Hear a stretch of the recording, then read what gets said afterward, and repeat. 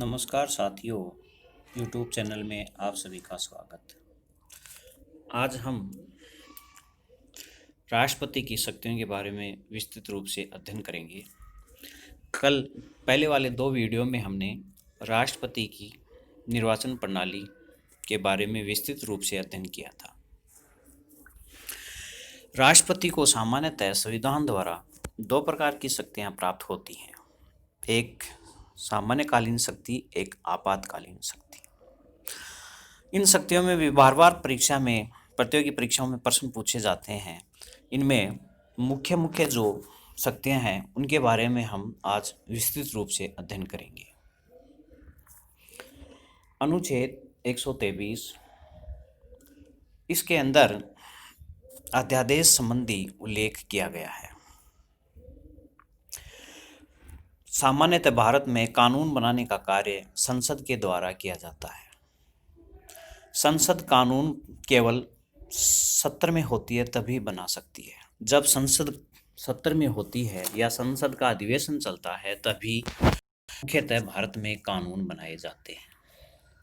लेकिन कई बार क्या होता है, जब तत्कालीन कोई परिस्थिति ऐसी उत्पन्न हो जाती है कि कानून की ज़रूरत होती है और संसद सत्र में नहीं होती है, उस समय राष्ट्रपति अनुच्छेद 123 के तहत एक आदेश जारी करता है जिसे अध्यादेश कहते हैं।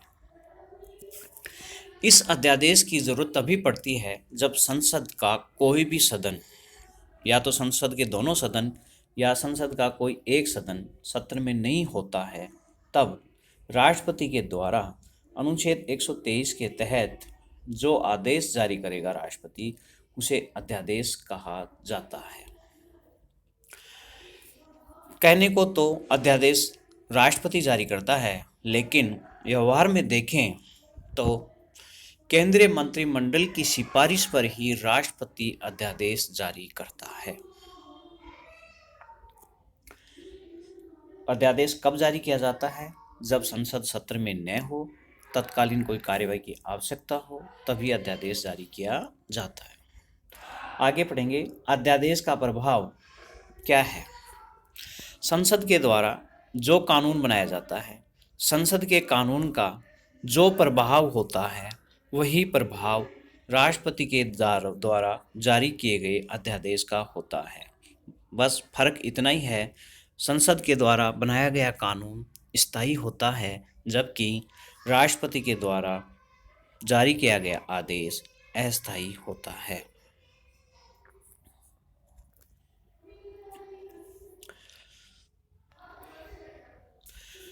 यह अध्यादेश संसद के द्वारा बनाई गई विधि या अधिनियम के समान ही होता है।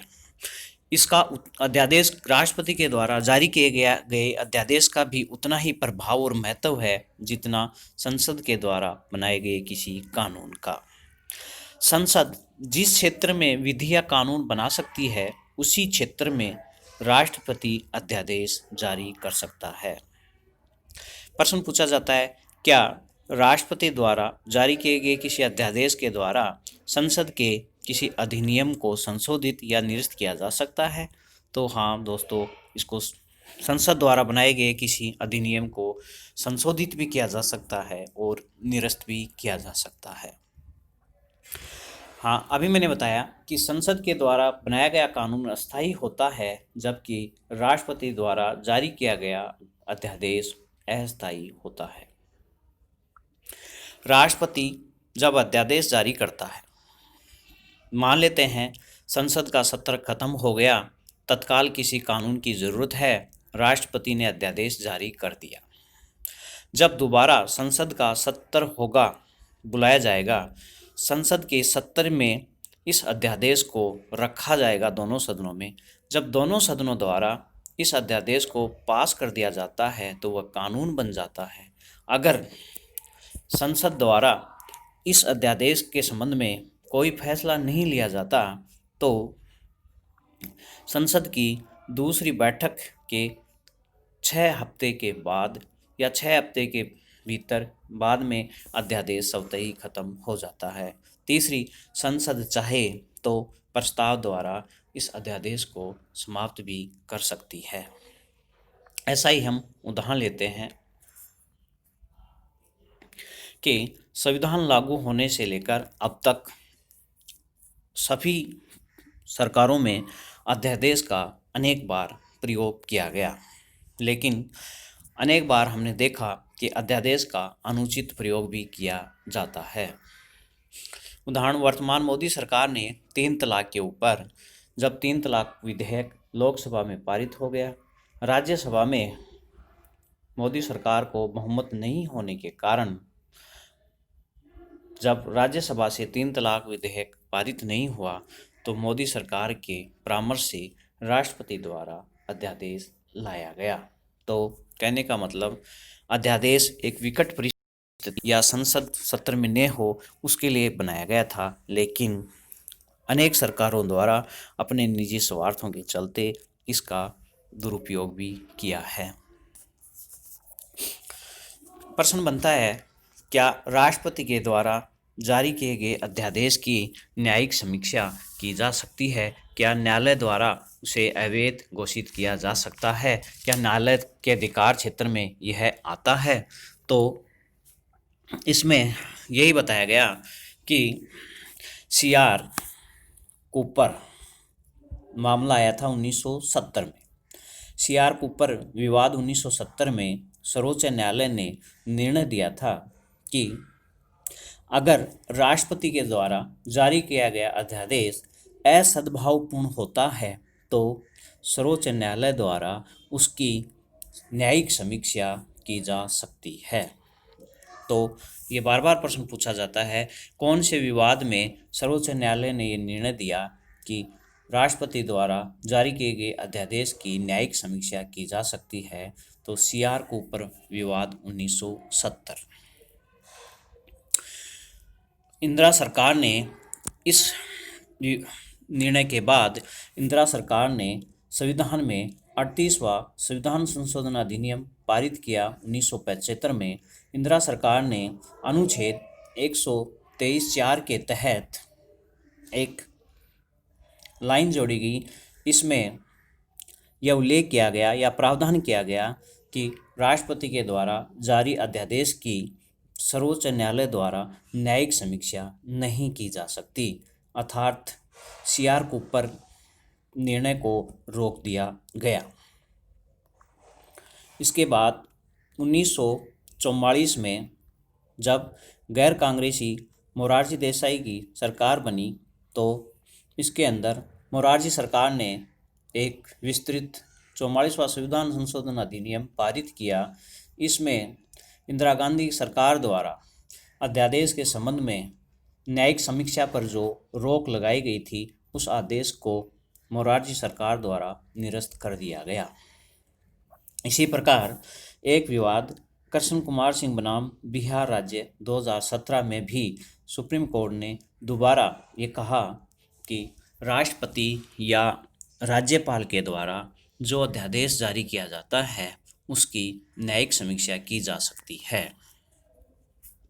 इसके अलावा राष्ट्रपति की अन्य विधायी शक्तियाँ, राष्ट्रपति संसद के दोनों सत्रों को अधिवेशन बुला सकता है तथा अधिवेशन के समाप्ति की घोषणा भी कर सकता है। यहाँ एक प्रश्न पूछा जाता है कि संसद सत्र को आहूत कौन करता है, संसद सत्र की समाप्त कौन करता है? राष्ट्रपति। लेकिन कई बार ये प्रश्न पूछा जाता है संसद सत्र को स्थगित कौन करता है? तो संसद सत्र को स्थगित अध्यक्ष करता है, न कि राष्ट्रपति। अनुच्छेद 85 के तहत राष्ट्रपति प्रधानमंत्री की सलाह पर लोकसभा को समय से पूर्व अर्थात 5 वर्ष से पूर्व भी भंग कर सकता है। इसके साथ ही संयुक्त अधिवेशन बुलाना, राष्ट्रपति अनुच्छेद 108 के तहत दोनों सदनों का संयुक्त अधिवेशन बुला सकता है। राष्ट्रपति को अनेक परिस्थितियों में संयुक्त अधिवेशन बुलाने की आवश्यकता होती है। राष्ट्रपति धन विधेयक, संविधान संशोधन विधेयक को छोड़कर सभी विधेयक को संबंध में संयुक्त संसद या संयुक्त अधिवेशन बुला सकता है। यहाँ प्रश्न पूछा जाता है कि संयुक्त अधिवेशन कौन से विधेयकों के ऊपर बुलाया जा सकता है, तो सामान्य विधेयक, वित्त विधेयक के ऊपर भी संयुक्त अधिवेशन बुलाया जा सकता है, लेकिन धन विधेयक और संविधान संशोधन विधेयक पर संयुक्त अधिवेशन नहीं बुलाया जाता। प्रश्न पूछा जाता है, राष्ट्रपति संयुक्त अधिवेशन कौन से अनुच्छेद के तहत बुलाता है? 108 के तहत राष्ट्रपति संयुक्त अधिवेशन बुलाता है। राष्ट्रपति संयुक्त अधिवेशन कब बुलाता है? जब धन विधेयक और संविधान संशोधन विधेयक को छोड़कर अन्य विधेयकों के संबंध में बुलाया जाता है।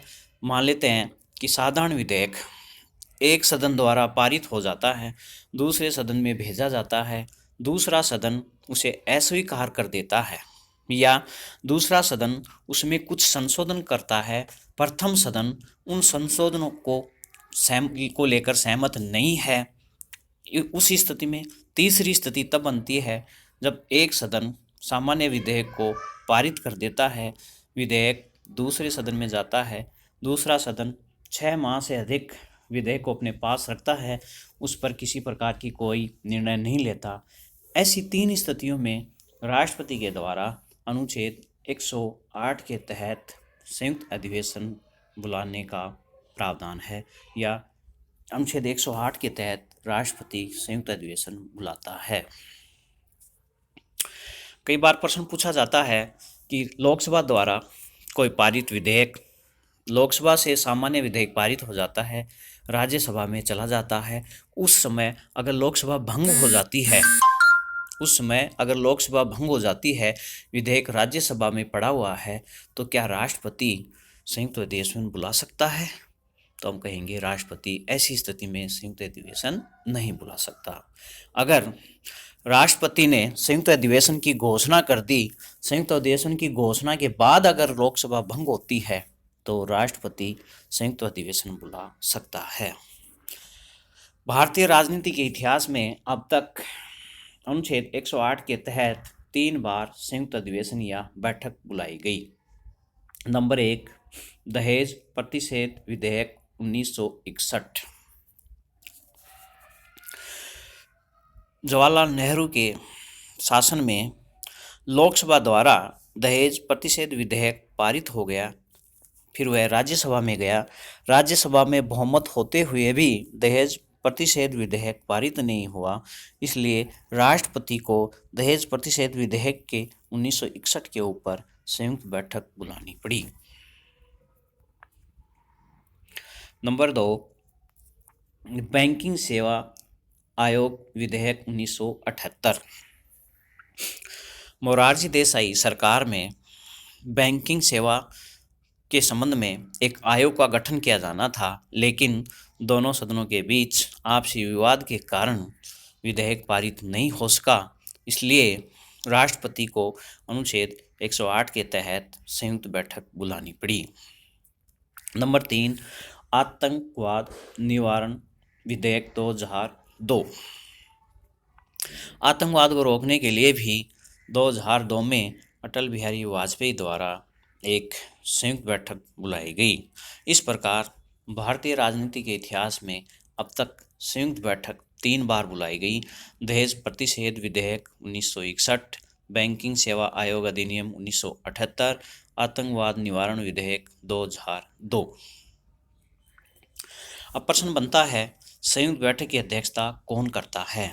तो संयुक्त बैठक की अध्यक्षता लोकसभा अध्यक्ष करता है। दोबारा ध्यान देना, संयुक्त बैठक आहूत कौन करेगा? राष्ट्रपति। लेकिन बैठक की अध्यक्षता कौन करेगा? लोकसभा अध्यक्ष। अगर लोकसभा अध्यक्ष उपस्थित नहीं है तो उसकी अनुपस्थिति में लोकसभा उपाध्यक्ष संयुक्त बैठक की अध्यक्षता करेगा। सपोज करो उपाध्यक्ष भी नहीं है तो राज्यसभा का उपसभापति संयुक्त बैठक की अध्यक्षता करेगा। संयुक्त बैठक के संबंध में यही प्रावधान किया गया है। संयुक्त बैठक के संबंध में अनेक बार परीक्षाओं में बार बार प्रश्न भी पूछे जाते हैं। आगे आता है अनुच्छेद 1986 अनुच्छेद 86 के तहत राष्ट्रपति संसद को संदेश भेज सकता है तथा राष्ट्रपति दोनों सदनों में लोकसभा और राज्यसभा में अपना अभिभाषण देता है।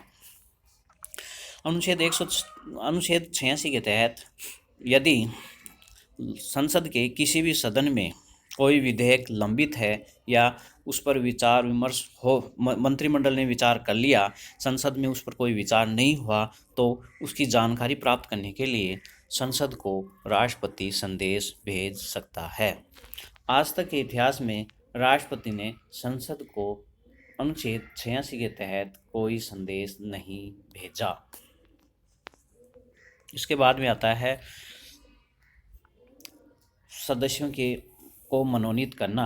अनुच्छेद 80 के तहत राष्ट्रपति राज्यसभा में 12 सदस्य मनोनीत करता है तथा अनुच्छेद 331 के तहत लोकसभा में 2 आंग्ल भारतीय समुदाय के सदस्य मनोनीत करता है।